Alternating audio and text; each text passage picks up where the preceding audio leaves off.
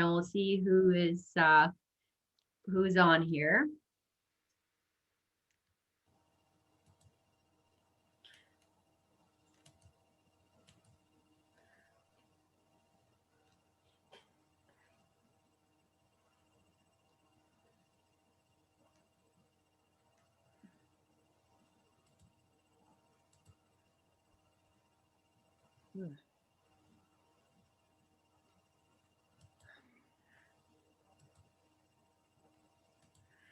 All right, we're just a couple minutes before 6:45. People are just logging on to the webinar, so we'll give them a couple of minutes. If you haven't had a chance to download the handout that was in the confirmation webinar, you can take a minute and do that. Don't worry if you haven't done it. Just grab a piece of paper and a pen so you can take some notes so that you can remember all this fantastic information tomorrow. And we're just going to wait a couple more minutes. So get yourself something to drink and get comfortable and get ready for a great webinar with Colleen Hartwick, Naturopathic Doctor. Just a couple more minutes for everyone to sign in.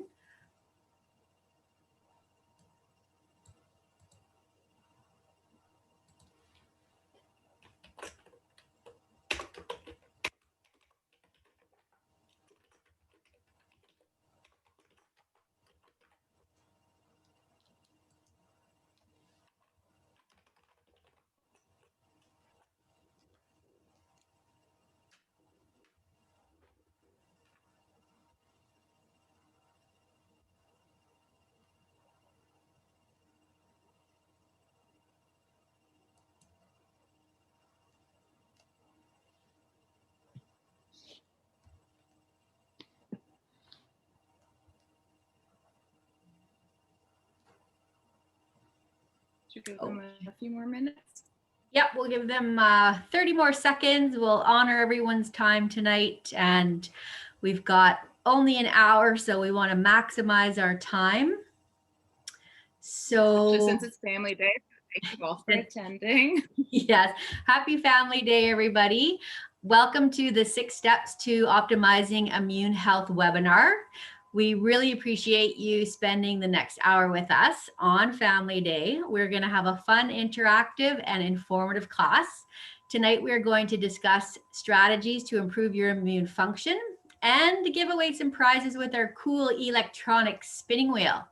We're going to have you answer questions in the chat box, which is located at the bottom of your screen. We'll ask you to participate in some polls and fill out your handout or take notes as we go through the webinar. The handout download was in the reminder email, but if you don't have it, just grab a piece of paper and a pen to jot down some notes. We will be answering questions at the end, so save your burning questions until then, and you can use the chat box to ask your questions. Are you ready to learn and have some fun? Please stay with us till the end, as we will be giving away some awesome prizes to some lucky attendees, but you must be on the webinar to collect it. My name is Katie White. I am the owner of Courtney Massage Therapy, and I've been practicing for over 10 years as a registered massage therapist.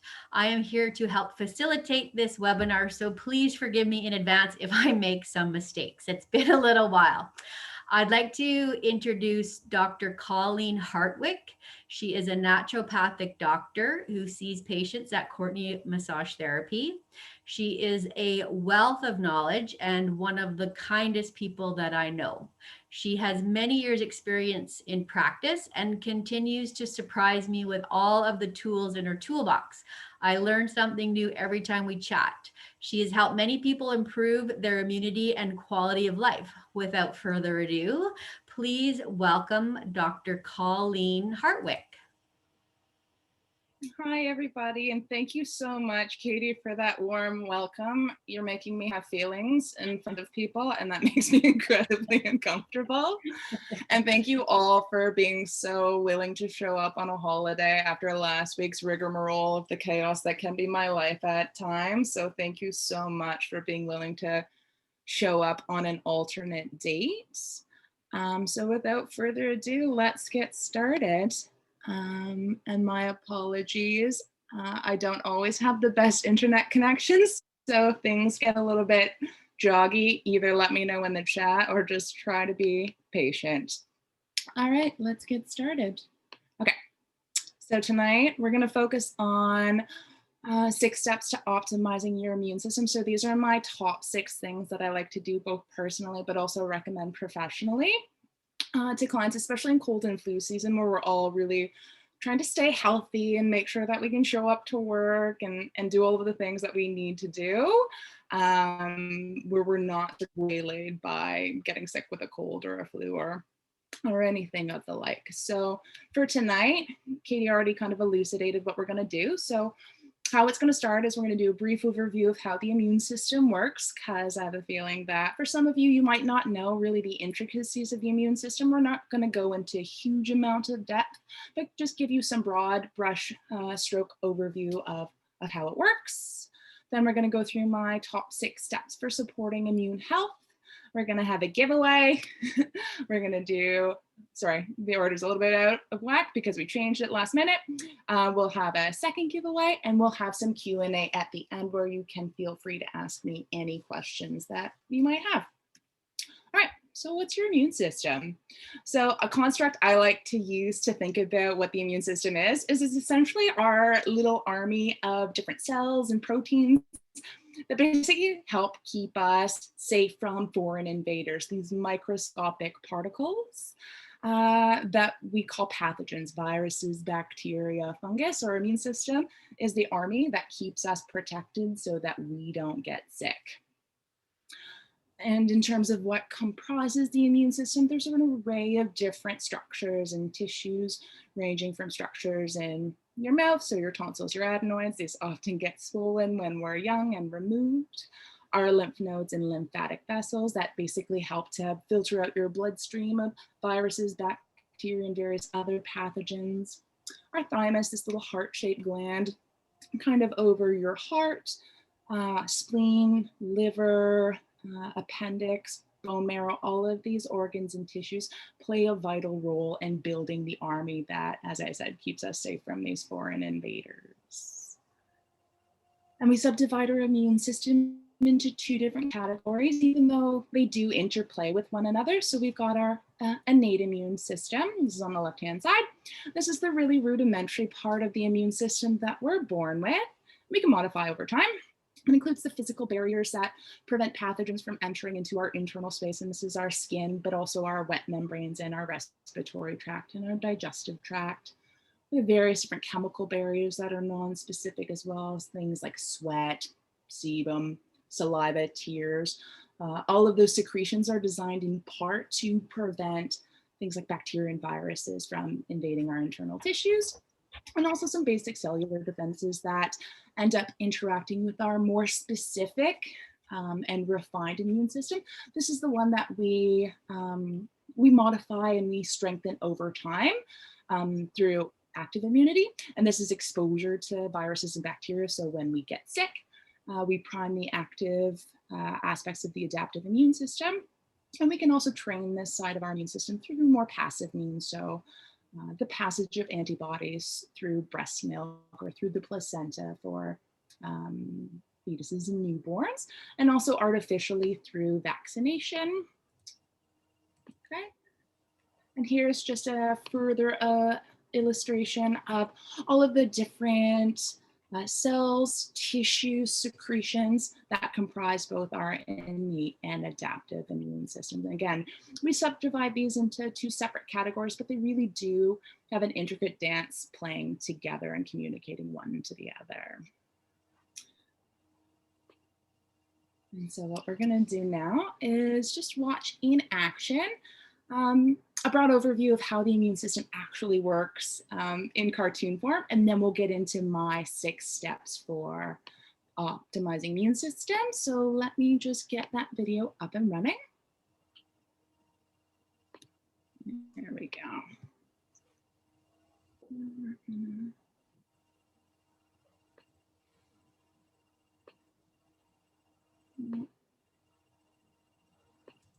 This is where I show my lack of skill because I'm really great at medicine and not so great at technology. There we go.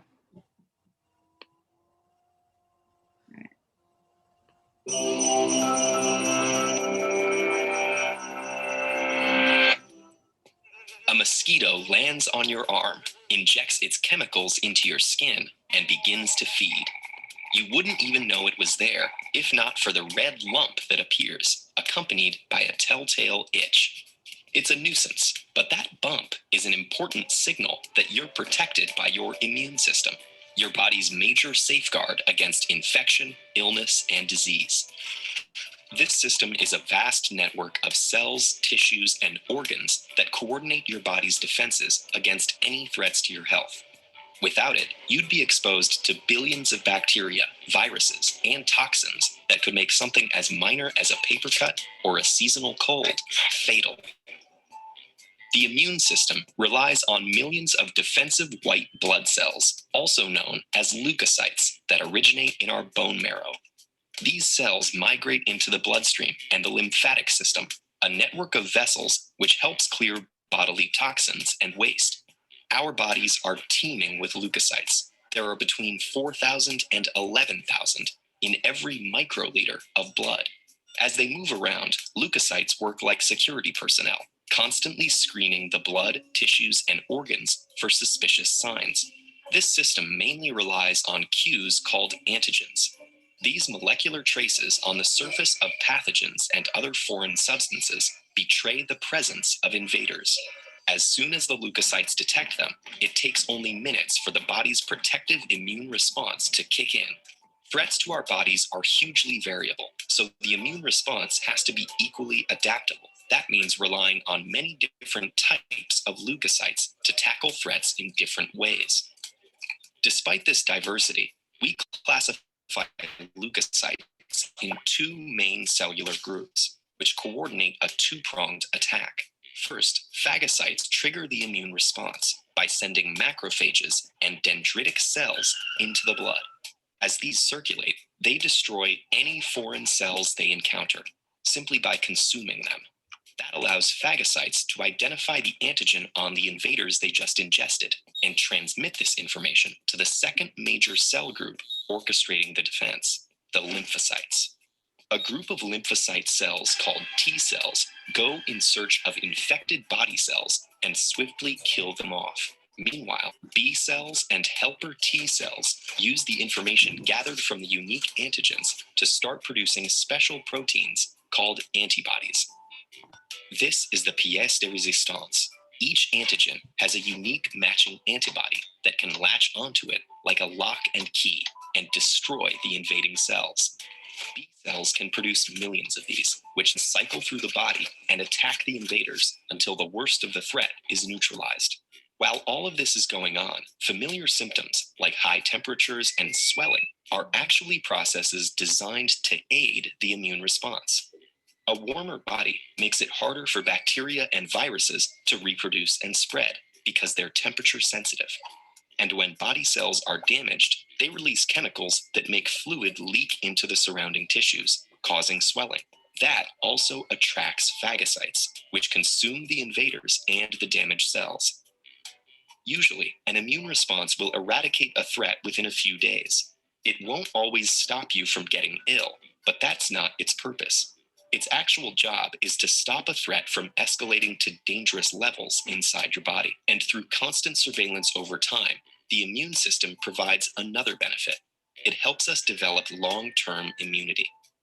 When B and T cells identify antigens, they can use that information to recognize invaders in the future. So when a threat revisits, the cells can swiftly deploy the right antibodies to tackle it before it affects any more cells. That's how you can develop immunity to certain diseases, like chickenpox. It doesn't always work so well.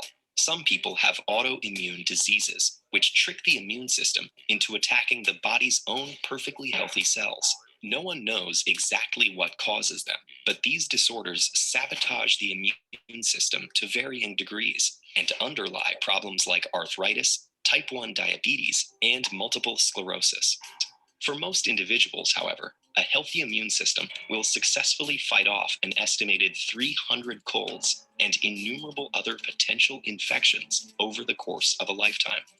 Without it, those threats would escalate into something far more dangerous.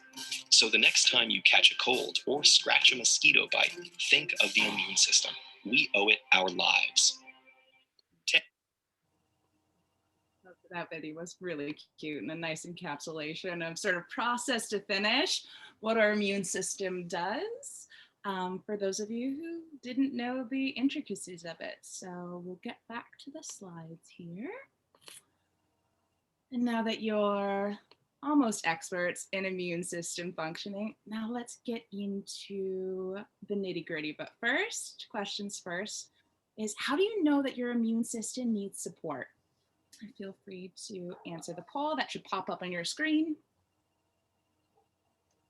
These could be any signs, symptoms, things that you know that might indicate to you that the rest of the material from tonight's webinar would be of use to you.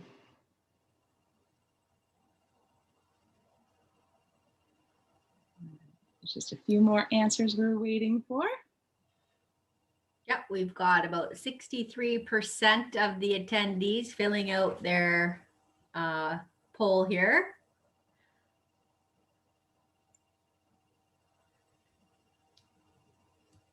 And Dr. Colleen, do you want to go through these answers when we end the polling? I could. we got 90% voted here. And so the question, how do you know your immune system needs support? 90% said fatigue, and 90% said frequent colds. 80% said slow healing wounds, 70% said prolonged colds and flu, and 10% said other. Although we don't know what other means, but you guys are bang on in terms of some of the physical signs and symptoms that might lead you to suspect that, yeah, immune system needs a little bit of work. So we could have chronic fatigue, and think about what happens when you do get sick with a cold or a flu. All of that immune system activation, all of the inflammation, cortisol can get released as well. That can leave us feeling really tired. Also, the high fever that happens when we're mounting an immune response can lead to poor quality sleep, which means we might be sleeping our normal 8 to 10 hours, but waking up feeling refreshed. And without fail, there goes my dogs. They never know how to be quiet when I'm doing important things. And so I will put them outside lest they be disruptive to us. Again, frequent colds and flus. And this is considered more than 1 to 2 colds or flu per cold and flu season. And cold and flu season begins roughly late August and runs into the following year in April. So more than 2 of those a year is considered an indication that immune system needs a bit of support, because why are we getting sick quite so often? Slow healing wounds. It's really a matter of functioning of the immune system and the inflammation it produces that helps us to expedite the process of healing if I get a cut or get a bruise. And so if it's taking longer than the expected amount of time for the gravity of the injury, we do suspect that there might be something going on with the immune system that's culminating in a delay in achieving that healing state. And I already talked about prolonged cold and flus loosely, so increased number, but also colds and flus that are lasting longer than they should. So for a cold, more than 10 days is considered prolonged. And for a flu, generally more than 7 days is considered prolonged. So if those infections are lasting 2 to 3 weeks, what's going on with the immune system that's rendering us incapable of fending off these viruses and getting rid of them? All right. So next question is, how many times do you get sick per cold and flu season? Again, August from one year, leading into about March, April of the following year. You can go ahead and answer that poll. It's all confidential, so we don't know it's you. So please feel free to be candid and go ahead and answer that poll that should be popping up on your screen.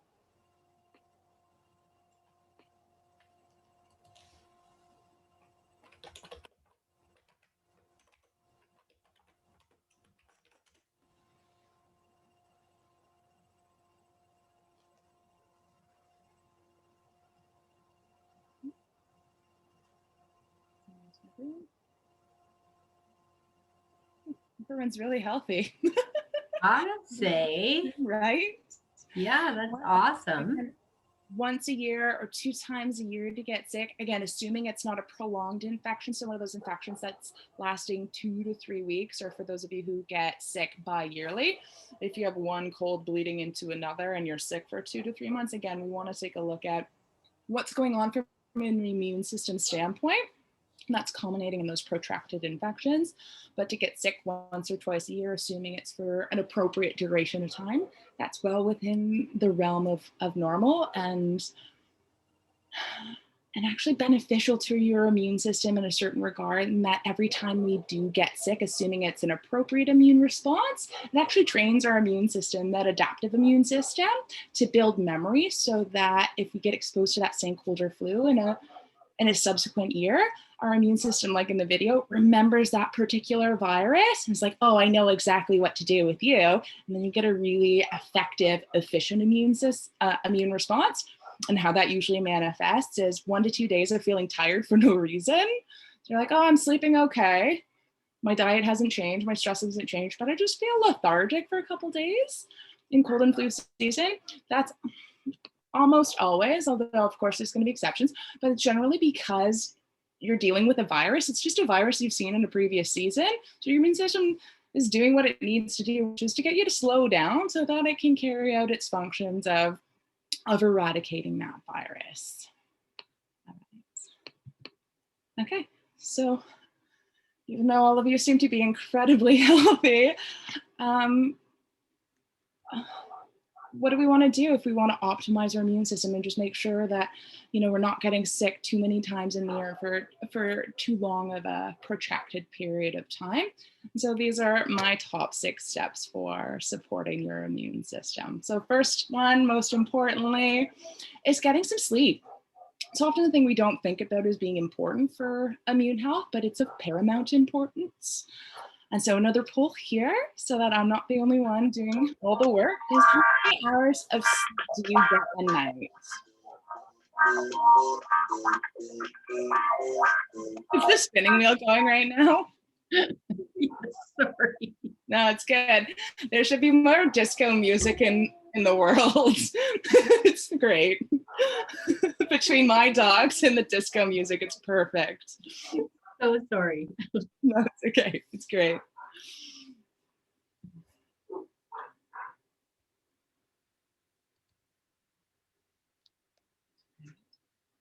Is there a poll that's going to pop up?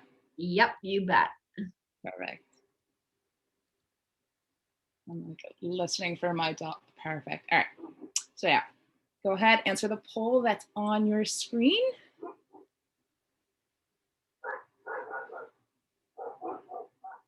My dogs are having a time right now. It's probably a cat. They both have an incredible prey drive. All right. That's just about everybody.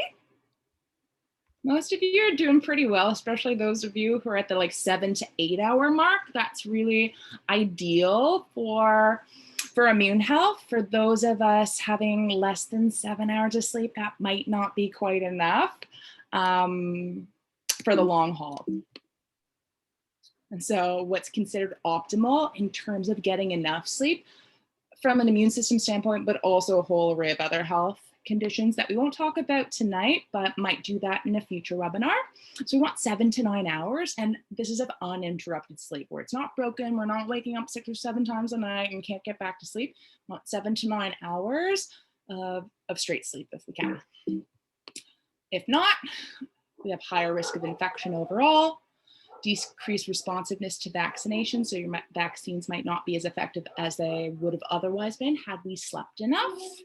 Increases in inflammation. So for anyone who's got one of those itis conditions, whether it's arthritis or colitis or diverticulitis, anything with an itis can get exacerbated with a backdrop of sleep insufficiency and a lack of immunological memory. So like in the video, like I just mentioned, every time we get sick, we usually build this repertoire of memory for specific infections so that next time we get exposed, we don't get the full rigmarole of inflammation that happens. But if we're sleep deprived, we don't generate that same capacity for immunologic memory, which means we could get sick again with that same virus in a later and subsequent cold and flu season. So what can you do for optimizing your sleep? Again, we'll get into this in greater detail in a future webinar, but here are some strategies that you could incorporate, especially for those of you who might be getting that 5 to 6 hours of sleep a night. So routine is really important. So going to bed and waking up at the same time, this helps to really regulate our 24-hour circadian rhythm. On first waking, within the first 30 minutes of rising from bed, getting a few minutes of sunlight exposure is really important. Doing something relaxing before bed. This could be taking a hot bath or doing a meditation or reading a book that helps us get in the right nervous system state for falling asleep. Reserving your bedroom for only things related to sleep and to sex, and not bringing work into the bedroom. So don't have your laptop in there or be answering work emails, because that will create a brain association between bedroom and potentially stressful things like your job. And then avoiding certain behaviors before bed, like bright light exposure, too much caffeine, or alcohol before bed. Those can all get in the way of both falling asleep, but also achieving a good quality of deep sleep. So step 2, which is probably on a lot of people's mind right now with all the chaos that we've dealt with since 2020, is to really focus on stress reduction. And that's because chronic stress is associated with an overproduction of the stress hormone that we might all be quite familiar with, which is cortisol.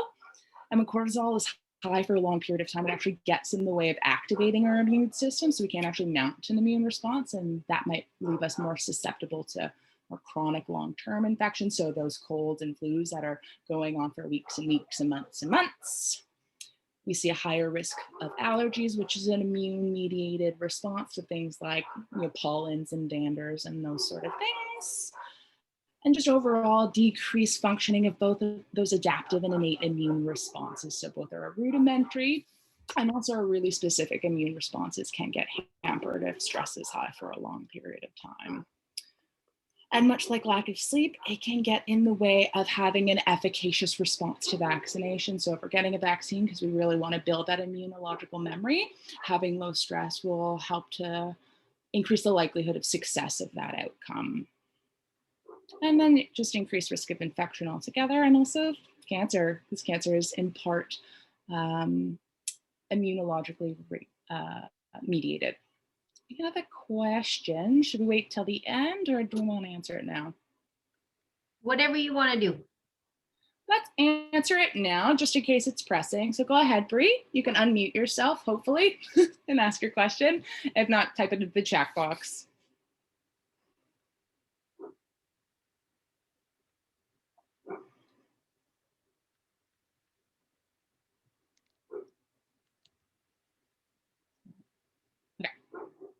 And the last thing that chronic stress is associated with, and feel free to interject if you want with your question, Bree, I'm just going to keep plodding along, is prolonged recovery time.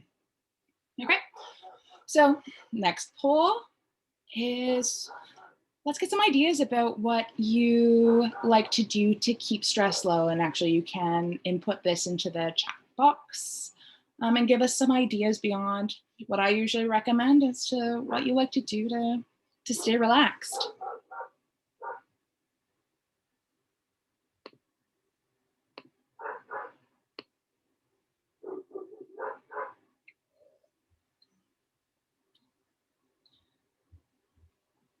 And while you're answering that question, or answering that poll to Bree's question, which was how does stress increase allergies? It's in part a long cascade from brain to adrenal glands, but the hormones involved in the stress response also can increase histamine levels, and histamine is the chemical most associated with all of the allergy symptoms that we get. So histamine causes the itching and the watery and the oozy, and that could be in the skin or in the respiratory tract if it's more of a topical allergy or more of an airborne allergy. And so high stress can increase the levels of histamine, making us much more sensitive, much more reactive to allergens. Oh, I like these. Yep. Breaks are huge. I talk about that with a lot of patients, especially in the wake of the chaos of the last years, to take breaks and to have some structure and some routine. I call that bookending. So structurizing the beginning of your day, the end of the day, but also for some patients, especially those who are really task oriented, to kind of bookend each one of their tasks, create some structure, some stability that helps them feel more calm and relaxed. Oh, well, I'm glad I was able to explain it to you, Bree. But yeah, it's stress hormones increasing histamine levels, and also increasing the rate at which the cells that actually hold histamine, they're called mast cells, and they sit under all of our surfaces, so under our skin and in all of our respiratory tracts, there's mast cells, and they're filled with these little sacs of histamine. They will do what's called degranulation, or essentially barfing out histamine when we get exposed to an allergen much more readily. Think about it like a balloon that's really easy to pop because it's overinflated. And it's overinflated with histamine, essentially. So those mast cells are just like waiting to burst because they're full of histamine when we get exposed to an allergen. Oh, I like that one. Removing yourself from noisy environments. Yeah, there's definitely a lot of people, and I tend to work with a lot of more highly sensitive patients. So removing sensory stimulation or just decreasing sensory stimulation means you don't have to be sort of on fire all the time with like stress hormones reacting and taking in your environment. So I think that's a great idea. Walking, nature, meditation is a big one.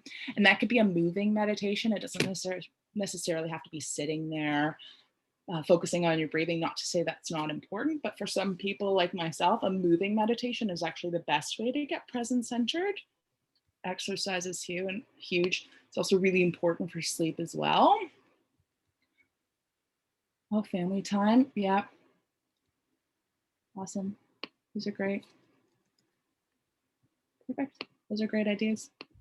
Kind of similar to mine, but a few different ones, which I really like. So the key really is for reducing your personal experience of stress is to find whatever works for you to help you feel calm and relaxed. So bring that tension out of your shoulders or your jaw, or get your heart rate slowed down, or breathe deeply. It really, everyone's going to benefit from something slightly different. But some of the options, and you guys already brought them up, exercise, especially something with forward motion, and especially in nature. So having visual stimuli move in your peripheral vision is actually really relaxing. It changes your autonomic nervous system, which is like your fight or flight nervous system, into that parasympathetic nervous system. You usually want me to sing, and I'm not going to do it because I'm tone deaf, and everyone would leave. It's good. It's better than the sound of two dogs barking at Lord knows what. They were quiet for like 3 hours napping, and without fail, anytime I'm on a phone call or on a Zoom, they start barking. Hugs, maybe not so feasible right now in the wake of COVID, but if you have people in your bubble, either at home or your safe six, as it's called, hugging releases the hormone oxytocin, which is our bonding hormone. And what oxytocin does, in addition to helping us just feel loved and connected to the person that we're hugging, is it actually lowers cortisol levels. And so it can have a direct effect on our stress response by getting that connection with someone we care about. It also works if you hug your dog, but sometimes they get a little squirmy and don't love it. So be careful with that one. Finding some sort of meditative practice, so yoga, qigong, tai chi are popular ones for me, which doesn't make any sense to most people. Rock climbing is actually very meditative, even though most people would be terrified. And then my favorite tool to use, and this is something I recommend to everyone, who comes to see me where we're trying to manage stress and come up with tools for that is some diaphragmatic breathing. It's one of my favorite tools because you can use it whenever, wherever you need it. We can't always pop into a downward dog at work, but we can certainly do some diaphragmatic breathing if we feel like stress is getting the better of us. And so what we're doing when we're diaphragmatically breathing, and you don't necessarily have to increase your belly size or anything like that, but we're really trying to get our main breathing muscle, the diaphragm here, to move up and down through the phases of respiration. And what that does is it tugs on two nerves, the vagus nerve and the phrenic nerve. And these two nerves, when they're activated, stimulate your parasympathetic nervous system. This is your rest and digest nervous system. This is where we've evolved to be for most of our waking hours, at least historically. In modern times, we're more in that sympathetic nervous system state, that fight or flight or freeze state. And so if we want to counteract that, one of the fastest ways to do that is to get your diaphragm to move up and down and regulate your nervous system and say, hey, I don't need to be stressed out right now. I can be in rest and digest. And how I'm going to do that, or how I'm going to convince my body to be in that state, is to do 5 to 10 belly breaths. And one of my favorite breathing exercises to use to do this, it's called box breathing. Some of you may have heard of that. There go the dogs again. That's why they're still outside. But we think about the cycle of breath as having equal length, so like the sides of a box. And so what we'll do is, you can really start at any point, but you can inhale for 4 seconds, usually through your nose, and then hold for 4 seconds, and then breathe out through your mouth for 4 seconds, hold for 4 seconds. Do that 5 to 10 times over. And you'll likely notice a few breaths in, just this feeling of calmness, relaxation, shoulders dropping down. And that's happening for a couple of reasons. One, we're moving the diaphragm. And then two, we're focused on counting. And that doesn't leave a lot of space to think about other things that might be stressing us out, like a work deadline or what we're going to make for dinner or whatever. And so the act of counting plus the physical movement of your diaphragm is really helpful for getting out of that stress response. Okay, step 3, eating for immune health. So one of my favorite things to talk about, because I'm a foodie and I love food and I love to use medicine as food for my patients.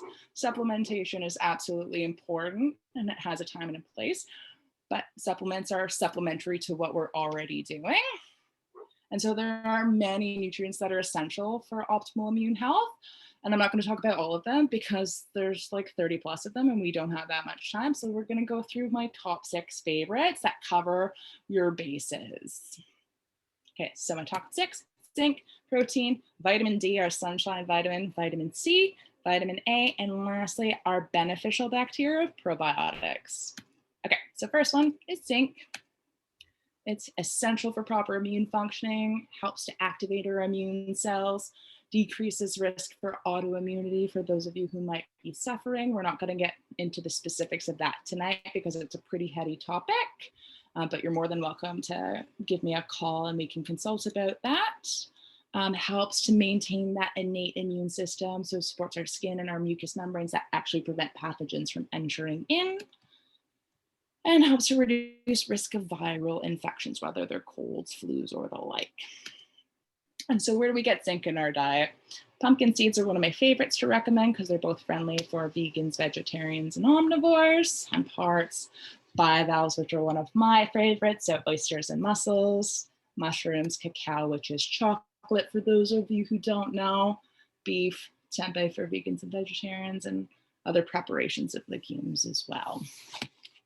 So protein, we've got a little bodybuilder over there. And so most of our cells of the immune system are actually made from protein as a building block. And so if we don't have enough protein in our diet, there's not going to be enough of those Lego blocks necessary to build our antibodies and our leukocytes and our phagocytes like we saw in the video. So protein is really important as a building block for that army that keeps us safe from pathogens. So it's needed for activation of the immune system, and the lack of protein increases our risk of inflammation, so any of those itis conditions, autoimmunity, and just infection in general. And so how much protein do I need? Does anybody know? I find either one of two iterations. People either eat too much protein or they don't even come close to getting enough. So as a general rule of thumb, you need roughly 1 gram of protein per kilogram that you weigh. So you take your weight in kilos, and that's how many grams of protein that you need. So if you're roughly 65 kilos, so 145 pounds, you need 65 grams of protein. Less than that will likely put you in a deficiency state. Obviously, if you're an athlete doing a lot of weight training or endurance running, your protein needs will go up from there. But for your average person, 1 gram per kilo you weigh is sufficient. Hopefully you all know where to get protein in your diet. So vitamin D, our sunshine vitamin, really important for reducing the risk of autoimmune conditions, much like zinc, really important for maintaining our innate immune system. So those physical barriers that prevent infection from the get-go can help to reduce the occurrence of viral infections, especially in the respiratory tract, and do a whole host of other things, but that's the Coles Notes. So where do we get it? Sunshine, assuming we're getting out and getting some of that UVB radiation. If you're wearing a lot of sunscreen or fully clothed, you're not going to be producing a lot of vitamin D. And this time of year, we're not going to be, unfortunately, producing much vitamin D. We can also get it from liver. Think pate, one of my favorite sources of food-based vitamin D. Mushrooms contain a version of vitamin D that we have to activate a little bit. Eggs if they're fortified, and our oily fish. Okay, vitamin C is my next important nutrient for immune health. So again, important for innate and adaptive immune systems, helps to reduce incidence and duration of colds and flus. It does a whole host of other things, but those are the big ones. And in terms of where we get vitamin C from food sources, things like bell peppers, citrus fruit, which most of us know, vitamin C from citrus, berries, broccoli, spinach, people's maybe less favorite foods, kiwi, parsley, tomatoes, kale, and of course many others, but these are highest in concentration. Vitamin A, again, important for innate and adaptive immune function. Helps us have a robust response to both infection and vaccination, so helps us to build that immunological memory. Helps with maintaining our mucous membranes that keep us protected from invading pathogens that might otherwise cause infection. And much like vitamin D, can help decrease the risk of viral infections in the respiratory tract. And in terms of food sources, again, like vitamin D, there's a lot of it found in liver, so pate all the way, unless you don't like it, in which case that's fine. Cod liver oil, pate is a delicious way to eat liver. And then if you're not gonna eat cod liver or liver, then our next alternative is to consume the precursors of vitamin A, which are known as beta carotene. Find those in orange colored fruits and vegetables predominantly. So from our carrots, squash. Also dark leafy greens contain a lot of beta carotene that our body can convert into vitamin A. Sweet potatoes, bell peppers, apricots, again, all foods that have that orange pigmentation typically have a lot of beta carotene. And last but not least, our probiotics, our good gut bugs. And so again, like some of the other nutrients we talked about, really important for maintaining our innate immune system. So helps maintain the integrity of the mucous membranes in our gut predominantly, because that's where we have one of our largest concentrations of beneficial bacteria. Because they're so important for maintaining that gut health, they can also help to reduce the risk of autoimmune conditions. And helps to support the activity of our immune system if we do get a viral infection in the gut, so that we can mount a robust and efficient immune response.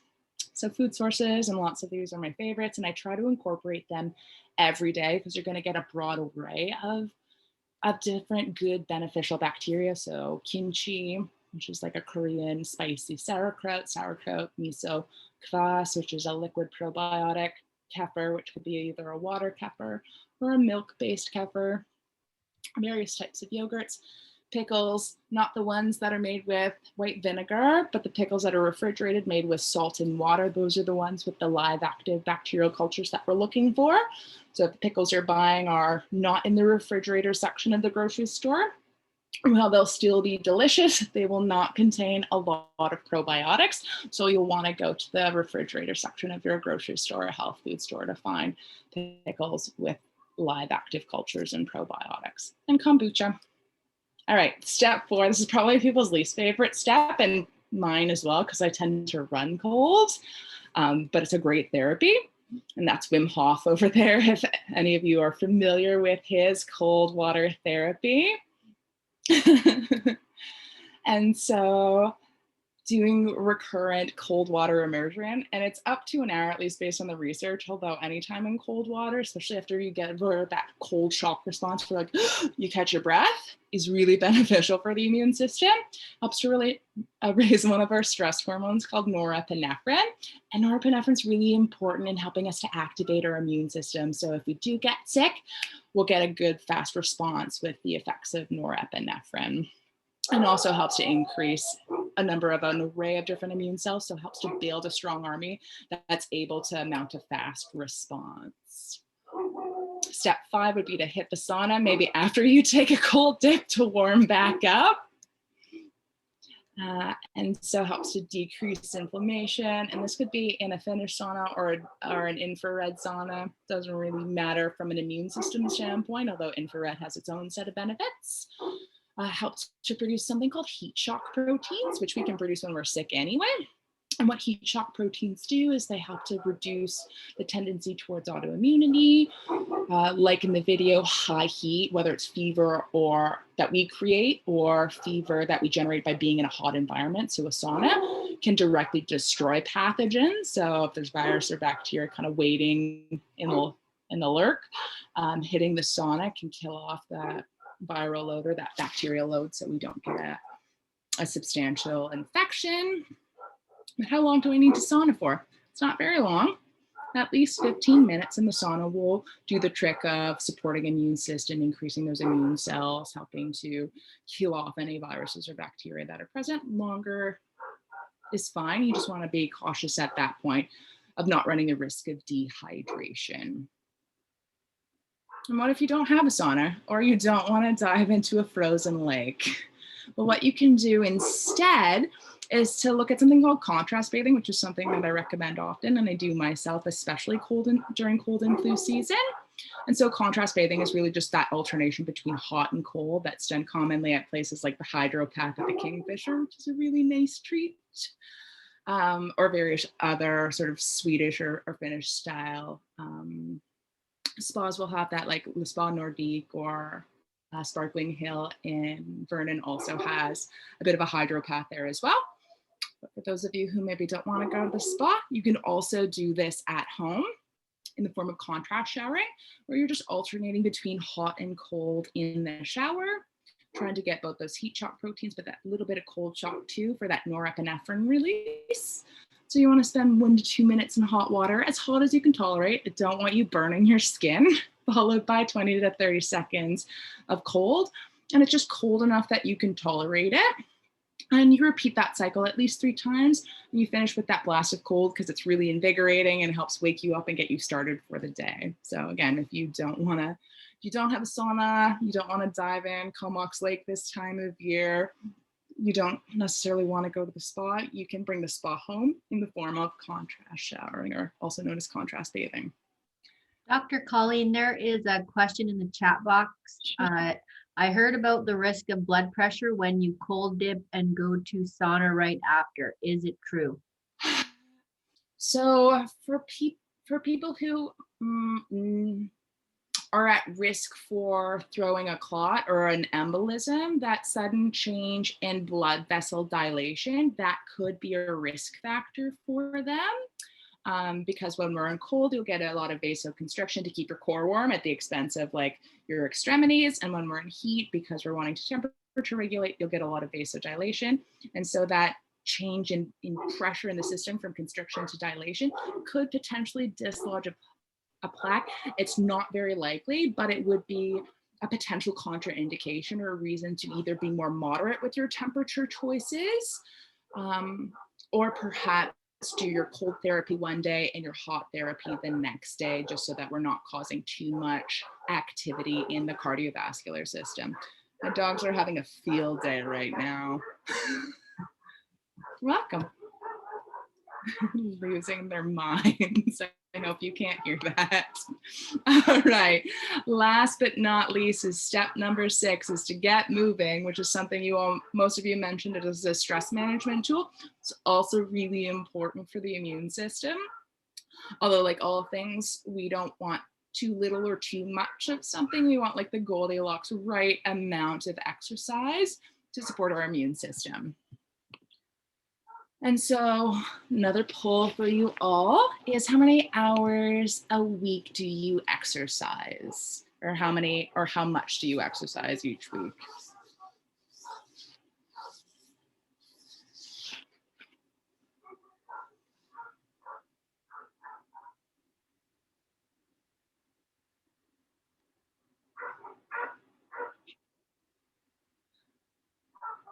Everyone's doing like, okay, with the exception of like one of you so far, everyone's doing a pretty good job in terms of getting active at least half of the week, which is awesome. So again, we don't want to over exercise, but trying to exercise most days of the week, 4 to 6 days a week would be optimal for good health. And so moderate exercise, and this is based on the research, is associated with boosting the immune system. And what's considered moderate intensity is like 50% of your max effort. So you're not like huffing and puffing and doing your max output for about an hour or less. That's associated with increases in immune function versus if we're exercising at high intensity, so like 70% of your max output, you're huffing and puffing and lactic acid is building up in your legs. And we're doing that for more than an hour, that's actually associated with the suppression in the immune system. You will see that illustrated on the right-hand side there. Oh my goodness, it's chaos. And so moderate exercise improves immune function, reduces the severity and risk of respiratory infections that are viral in nature.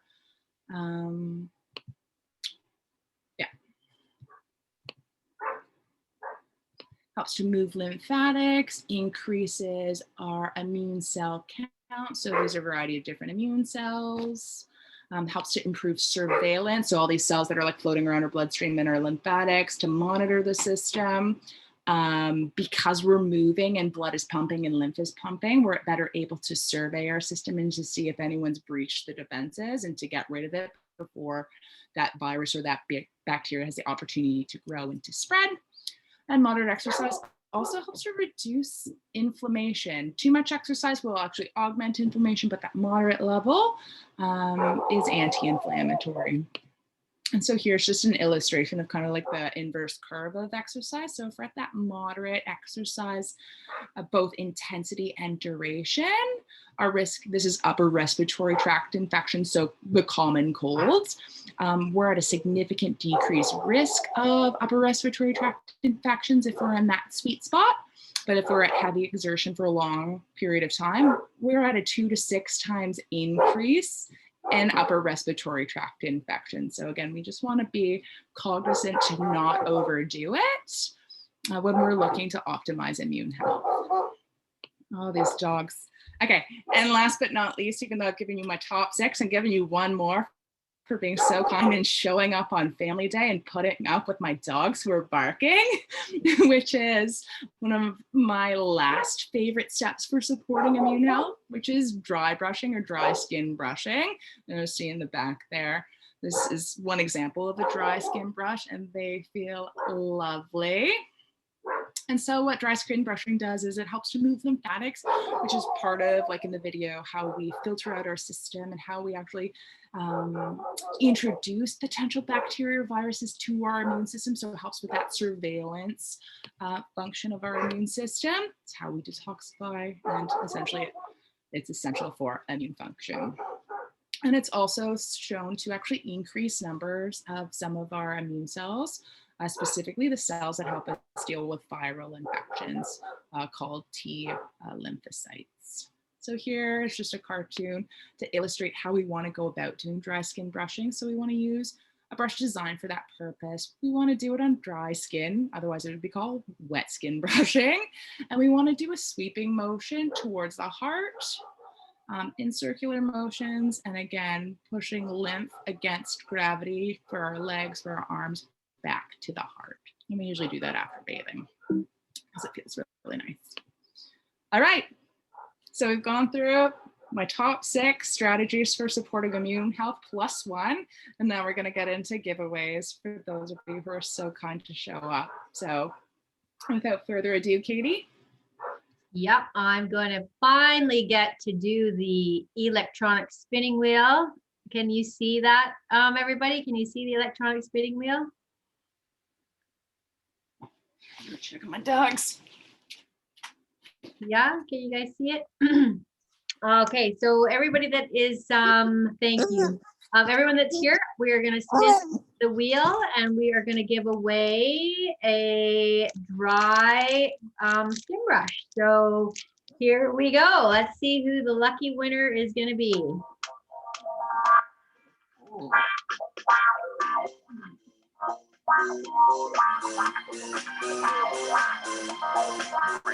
And it's going to be Bree. Bree, are you still here with us? Let's just see here. Are you still with us, Bree? I'm just going to check the attendee list here and make sure that we still have Bree on here, because if Bree has left, we are going to draw again. Yep, she's gone at 7:16. She had to head out. All right, too bad for Bree. Okay, so let's do another spinning wheel. Here we go again. Going for the dry brush.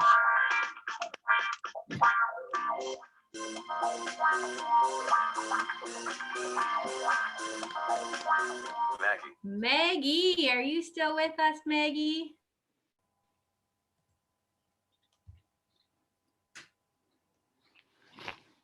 Have we still close? We still got Maggie with us? People really don't want prizes, do they? Is Maggie gone? I'm not sure. Let me check. I'm having a few technical difficulties here. I can't see the chat box.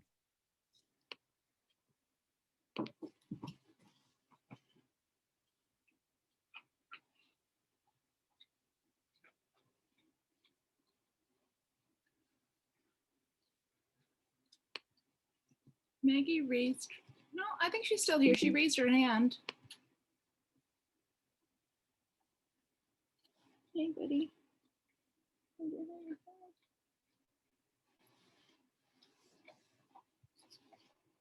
Is everything okay, Katie? I think Katie is frozen, unfortunately, right now. Okay, Maggie's here. So you won the first prize. Hopefully we can get things back up and running on Katie's end. I feel like she's probably going to log on and log back in, log off, log back in. So that on off thing that we like to do when things aren't working well.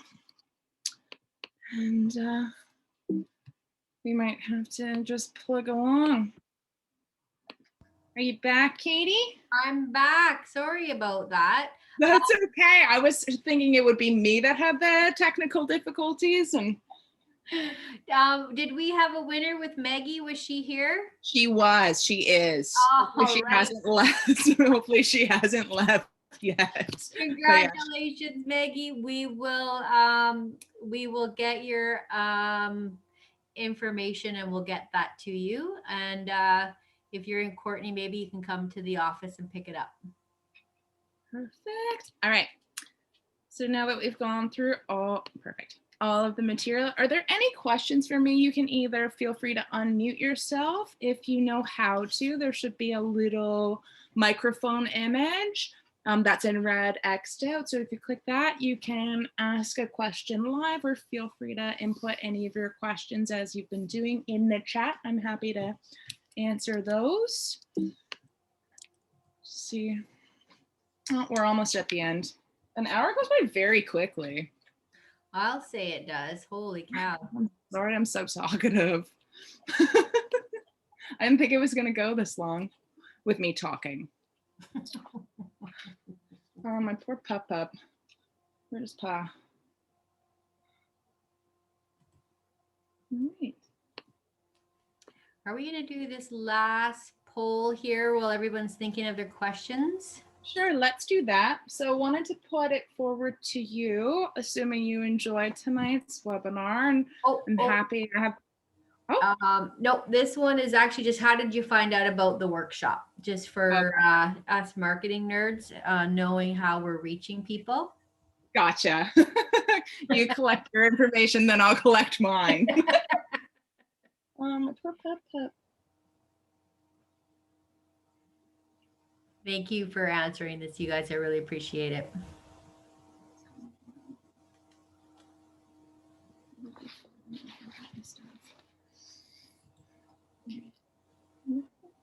And it looks like the clear winner is the CMT email, followed by friend or family, and then Instagram. Oh, and there is a question in the chat box. What is the best vitamin D to take as a pill? Oh, I actually go with liquid versions because I find them better absorbed, and I usually go with an emulsified form because that's what your liver and gallbladder do to fat soluble vitamins, is put them into these little, they're called micelles, these like little spheres for absorption. So that's what I like to do as opposed to a capsule or soft gel. And there was a question about decreased response to vaccination. Would that include the COVID vaccine? It's hard to say at this point because the vaccine is so new, but it would be arguable, and we'll see with time, that those nutrients, lack of sleep, high stress could likely decrease one's response to a vaccine like the COVID vaccine. So meaning that it might not be as effective as it could otherwise be if we were sleeping enough, low stress, and optimal in terms of our vitamin A and vitamin D and the like. All right, are there any other questions?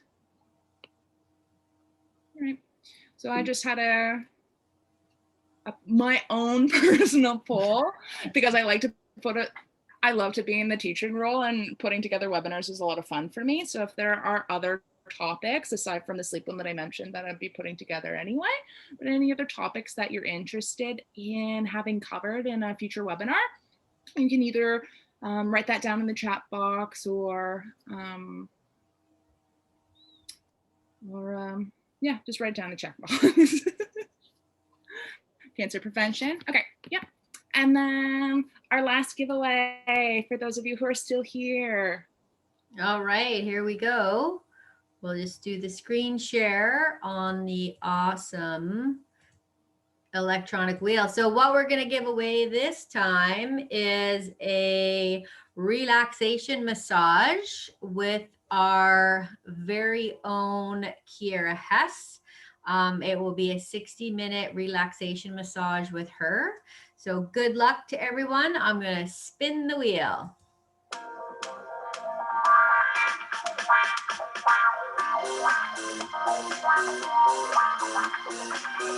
All right, Michelle. Is Michelle still on the call? She is. I see her on the list of attendees. Oh, awesome. Congratulations, Michelle. That's awesome. All right. Did you get all the rest of the, so yeah, this was for potential future seminar topics. So cancer prevention, biohacking, some immune dysfunction conditions, so inflammation, fibromyalgia. Cool. Yeah. Anybody want does anybody want an upcoming webinar on women's health, on endocrine and hormones? There we go. Yeah. That was a hard yes. All right, then. It shall be so. Awesome. Well, if there's no more questions, I think we're going to sign off. We're right on the top of the hour here. So huge thanks to Dr. Colleen for taking this time and educating us about immune health. That was really, really informative. I learned a lot. Congratulations to the winners. We will be in touch with you and get your prizes to you. This session is going to be, it is recording right now, and we will send it out. There was also a request for the presentation. I think we can send that out too. We look forward to having you on another call. You're very welcome, Maggie. Yeah, congrats on the dry brush. You're gonna love it. It's a fantastic, fantastic technique. And would you like to say anything to say goodbye, Dr. Colleen? I'm just so grateful that you all showed up on Family Day, sort of last minute after last week, and for your active participation in answering questions and providing feedback. So thank you so much. And I look forward to either seeing you in the office, if you decide to book a consult with me, or at the very least in future webinars that we'll be hosting. Yes, and that there is a, anyone that wants to book in with a free 15-minute call to continue this conversation with Dr. Colleen, give our office a call, 250-897-0069. And Dr. Colleen will be happy to chat with you and see if she can help you out. All right. Thank you so much, everybody. Thanks, everybody. Take care, and we'll see y'all soon. Bye.